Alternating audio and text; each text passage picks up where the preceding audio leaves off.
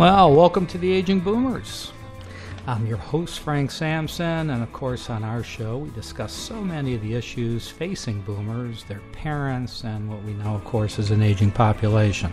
Just want to, again, thank everybody for all their support. We're getting more and more listeners coming on to the show. There's so many ways you can listen to our show. Whatever's convenient for you. So many have gone on to iTunes or iHeartRadio and registered and get updated on our shows. Of course, if you have an iPhone, Android phone, iPad, etc., you can download our free app. Just go into your apps and type in The Aging Boomers, and you can get updated that way. Of course, you could go to our website at theagingboomers.com. And just the numbers are increasing all the time. So thank you to all of you, because it's really been...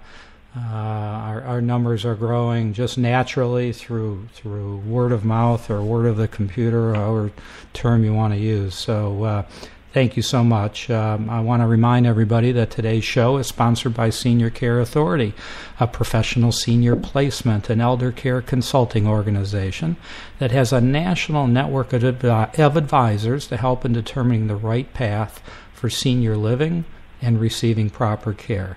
So whether you need just an advocate or in-home care, assisted living, residential or memory care, get the necessary advice from a senior care advisor in your area by calling Senior Care Authority at 888-809-1231, or you can go directly to the website at www.seniorcareauthority.com.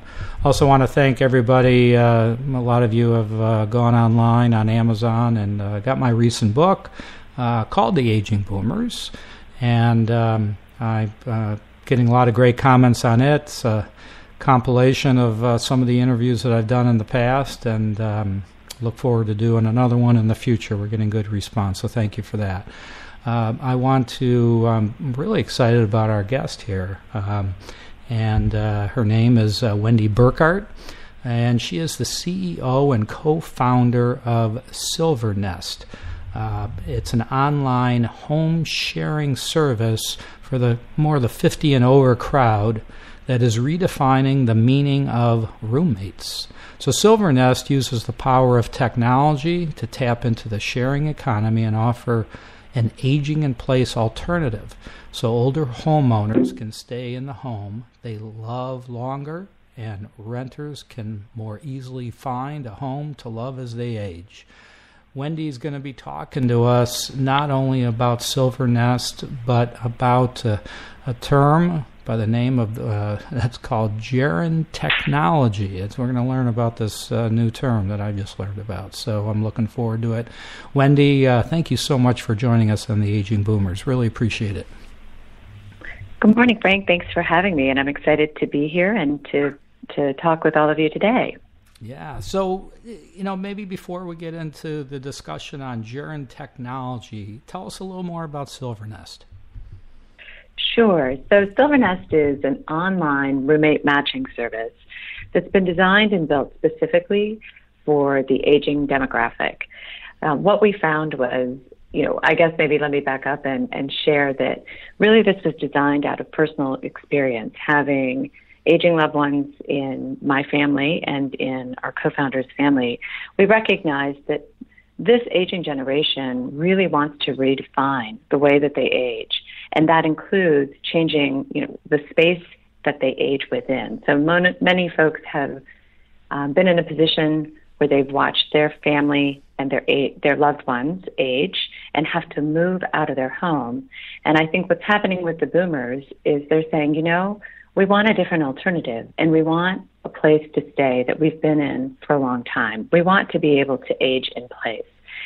So Silvernest was born to help address that need, and we've been live for about a year and a half. We've been live for about a year. We started about a year and a half ago, and we've been growing very rapidly, and I'm excited to be here and to tell you more about it today. Well, that's pretty exciting. I want to understand it more, but maybe let's talk about, which we will get to it, and we'll tell people how to, learn more about Silvernest. But I want to talk about, I'm anxious to talk about this term, called Gerontechnology. So explain a little more about what you mean by Gerontechnology. Well, it's funny. I actually was just at a conference, and we used this word, and I took a poll in the audience to see how many people had actually ever heard of it before, and I think we had about 5 hands go up.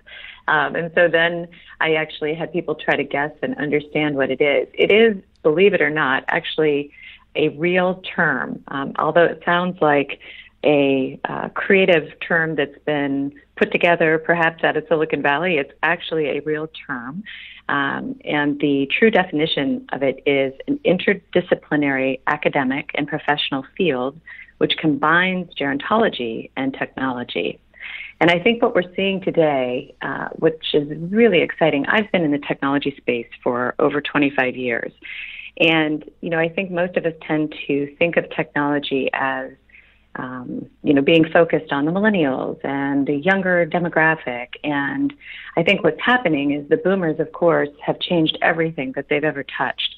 And as they move into aging, we are now taking the best parts of technology, which, the boomers themselves have created, and applying that to aging. So just in the last few years alone, we're starting to see the emergence of new technology solutions to help address aging on many different levels. I'm sure most folks have heard of the emergence of the wearable technology and the types of solutions that are now being developed for in-home care, things that are using artificial intelligence and robots. It's very Orson Welles. It's very futuristic. But the reality is that technology is truly changing the way that we age. And I think in 10, 15, 20 years, the landscape is going to be incredibly different in terms of what we define for aging today. And our alternatives there are going to be new alternatives that emerge that we can't even yet quite understand. It's very, very exciting. It is exciting. I'm familiar myself with a lot of that technology being in the industry. But I guess I'd like to ask you, there's a lot of people want to stay at home. I mean, not a lot of people. I would say probably pretty close to 100% want to live the rest of their life at home if they can. But it might not be safe for them. And many times, you got one or two or both types of situations. You have somebody who has issues physically. Okay, that become more challenging. And you have people who have issues cognitively that certainly become more challenging. Would you say that this technology is geared more towards one or the other? I actually think I think we're seeing technology be applied to both of those situations and circumstances. So, we really look at, in our case, for example, we're focused on the boomers. We're focused on our target audience, and our solution is really focused on individuals between the ages of 50 and 80. Once you kind of hit that 80-year-old mark, one of the things that we recognize is there's some acute needs that really start to evolve that drive a different solution requirement. So I think what's happening is that the technology solutions that are evolving are really taking that divide to some degree. There's quite a bit of attention that's occurring right now on caregiving as a solution. And so to address more of that acute needs state, you're looking at solutions that are designed to accommodate someone in home who may be physically challenged to remain there. They're looking at solutions that enable, that accommodate for folks who have,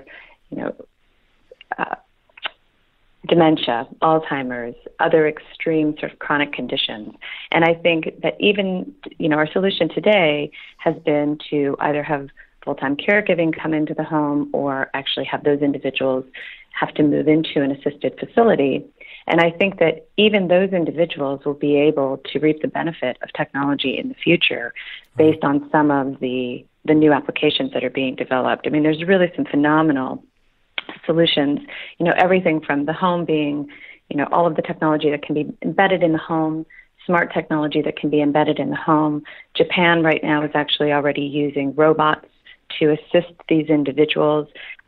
It's interesting, Japan culturally, from a caregiving perspective, is really sensitive to, having someone physically touch them. So robots were designed there for use in the home to actually be able to physically lift and carry individuals throughout the home. So I think you're going to see a lot of exciting technology that is really categorized by the particular need. And there will be caregiving solutions, certainly, and healthcare solutions that are designed for those acute needs and chronic illness situations. And then I think there's a whole slew of other technologies that come before even that particular stage of life. So do you think this boomer group is going to be more receptive to this type of technology than maybe previous generation? Absolutely, you bet. The boomers have largely been responsible for creating the technology that we all live with today, right? So it's interesting because one of the conversation points that comes up quite frequently when folks are asking about our solution is, wow, you're targeting an older generation, but they're not really digitally savvy. And it's funny because the numbers will tell you otherwise. So in the 50-plus age group today, over 46% of the baby boomers actually have a smartphone. 65% of them are active daily on social media, and 75% of them are digital buyers. What's interesting is that for us, in our solution, almost half of our first-time users actually come in through a mobile platform. So I think that's very exciting because what that's telling us is that this generation is actually much more digitally savvy than they get credit for. And, we have to remember that they're the ones that have created the products that have come before us. So, I have a slide in the deck that I use frequently to remind us, myself included, of our history, things like pagers and the old brick cell phones and, the DVD players and things that, we forget about, right, that have been sort of our evolution in technology over the last 15, 20 years. Those are the products that this aging generation created, and they've gone on to help create, some of the best applications in the internet, some of the best companies and the best products that exist today. So, yes, I 100% believe that this generation is going to be receptive to technology solutions, and I think they welcome them, and I think many of them will still continue to participate in the design of them, quite frankly. Yeah. So can you share with us maybe just a couple of examples? There's a lot of different technology out there. I'm familiar, certainly not as familiar probably as you are because you're very involved with this, but I am familiar with some of it. Can you share maybe a couple of the types of technology that is being used effectively today? Well, some of the things that I think are very exciting, as I shared, are the robotics that we see today and the emergence of the robotics in Japan. Mm-hmm. I think we're moving closer to that here in the United States, and I think we're going to see robotics on many different levels. So I think that's certainly here and live now, and it's being examined for application in many different circumstances. I think, something as simple as the self-driving car, right, which is, Tesla and Google have been kind of working towards. That sounds very futuristic, but it is actually here. And I think that's very exciting because one of the biggest problems that this generation faces, or that the aging generation faces, is isolation due to the lack of mobility. And so the emergence of technology like the self-driving car, I think is very, very exciting because it allows people greater mobility, which we know has incredible impact on health and well-being. I think that right now, one of the things that we use frequently are products like Google Hangouts and FaceTime. The power of connectivity also is incredibly rich in terms of impacting someone's ability to stay in their home and improve, again, their health and well-being. We know that there is an increased rate of death by 24% for individuals living alone over the age of 50. So I think that's a staggering statistic. And I think when we think about technology and the application of it in aging, it isn't just as simple as looking at the application of it in healthcare. It really is about lifestyle and allowing a freedom to encourage people to continue to connect and come together, and be able to continue to live in control the way that they desire. Right. So let's talk about some realities. All right. Do you feel that this age group is prepared financially for what's going to be the fact that we're living longer, because we're beating other diseases, but then we, have a greater risk of, with other issues. Do you think that this generation or this group is prepared? Unfortunately, many of them are not, and that is one of the harsh realities. When we look at the size of this aging population today in the United States, there are 109 million people who are over the age of 50, and that number grows to over 132 million just in the next 14 years. And what we know about this particular age group is that 44 million of them today have less than $50,000 saved in the bank. Really, really scary when you think about what the next 14, 15 years could hold. So as we're getting ready to move into fixed income, the unfortunate truth is that many individuals are going to be financially stressed due to the fact that they have not adequately saved. I think one of the reasons that we designed the Silver Nest solution is that the positive side of that equation is that many of these individuals actually own their home. And so that can work as an asset for them in their aging years. It become one of their greatest financial assets. So, I think we know that, certainly people want to live the rest of their lives at home. But, I know firsthand, just in the business that I'm in, that someone living at home, especially alone, it may not be the safest thing for them. All right. Mm-hmm. So talk to us more about this and how you see this changing, or I know we talked about technology, of course, but it might lead into more what you're doing with Silver Nest. But talk to us about this.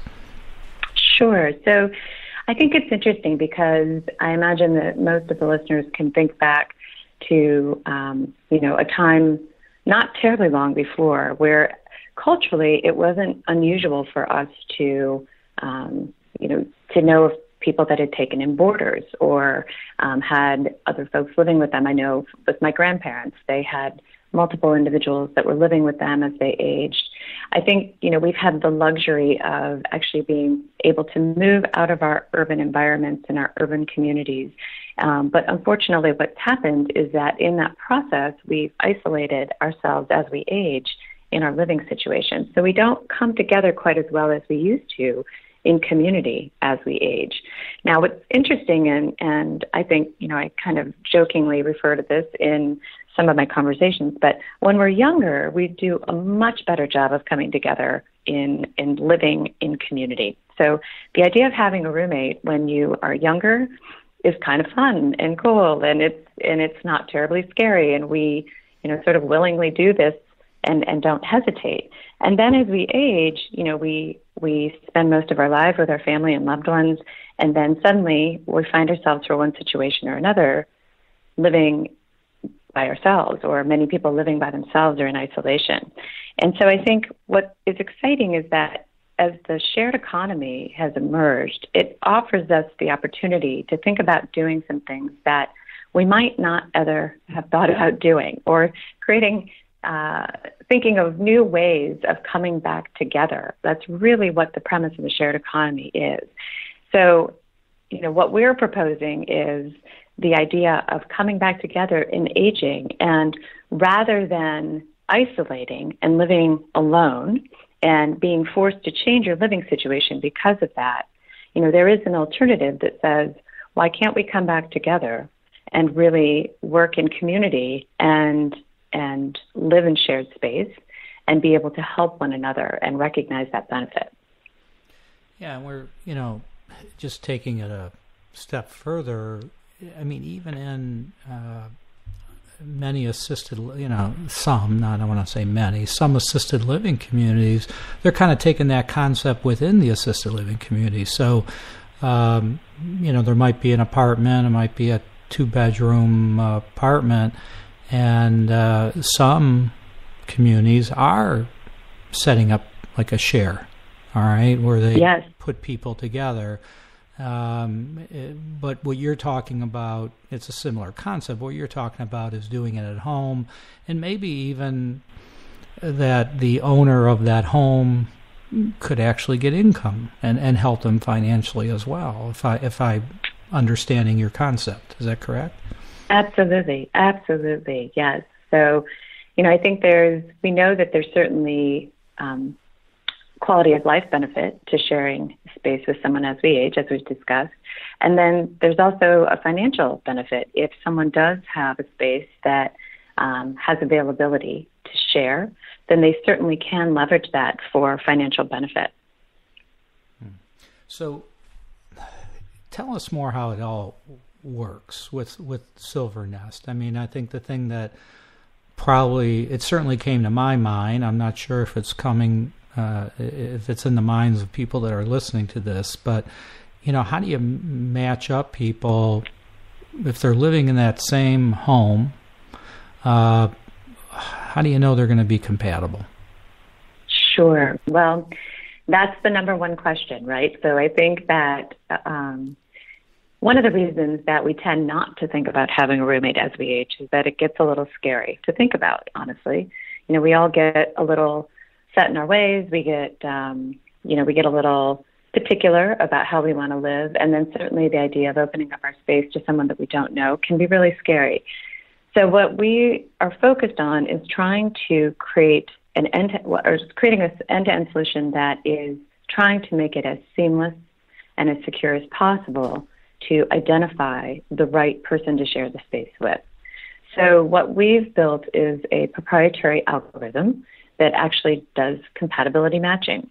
It actually pairs up the prospective homeowner and the renter to say, hey, based on the data that they both input, will you actually live well together? Are you compatible for sharing a space? And once we've identified that those individuals are a good pair, we connect them together. And our system also does all of the heavy lifting to vet these individuals. So we employ a identity verification. We employ a full-scale background screen. And we basically do the heavy lifting to ensure that these individuals are who they are and to make sure that there's not anything scary in their background.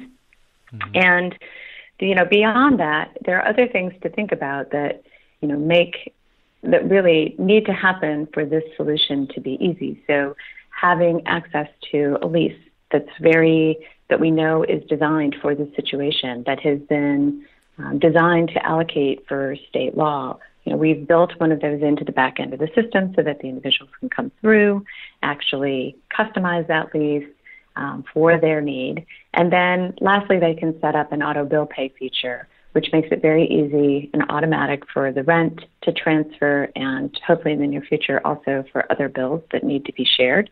But I think, again, going back to why in the heck would I not do this? It's because we are scared, right, of who the person might be and how challenging it might be to get into the situation. And what we've worked to design is a thorough, comprehensive solution that tries to address all of those concerns. So I know you haven't been doing this that long, but what's been the how's it looking so far in the time you've been doing it? How's things been working? Are you doing this just in certain markets initially, or are you doing this all over the country right now? No, so it's been really, really exciting. We went live with the product at the end of October of last year, so it's amazing to me. We're almost coming up on a year. And we really, our home base is in the Denver-Boulder area in Colorado, and so we really focused our efforts there organically We've already had 5,000 people sign up in Wow. every state in the country. So it's been interesting to see the evolution of the markets. The product is fully scaled for all of the markets across the country, obviously, but we really focused our initial effort in the Denver area, and we saw markets like Minneapolis kind of grow very quickly organically, and markets like Los Angeles grow very quickly. So we are, it's funny, I have people all the time say, oh my gosh, are you in San Francisco? Are you here? And I say, yes, we are here. We just aren't actively marketing here yet, but the product is here, and it certainly works if there's enough individuals participating and using the product there, which has happened organically, as I shared, in some of the other markets. So it's been really exciting. That's great. So it's commercial time. So go ahead and tell people how they can learn more about Silvernest and any contact information. Make people aware. Go ahead. Oh, thank you. Well, the easiest way to find out about us is certainly to come to our website. It's www.silvernest.com. And you can get a full overview of the product there. And we have a number of different press releases and some testimonials, and people can get a good sense of the product at our website. That's fantastic. So Wendy Burkhart, Silvernest, check it out, silvernest.com. Thank you so much for joining us. Will you come back in the future and keep us up to date on how things are moving along? I would be honored. Thank you so much for today. Oh, yeah, it was great having you. Thank you so much. And I want to thank everybody out there for, again, joining us on the Aging Boomers. Just be safe out there, and we'll talk to you all soon.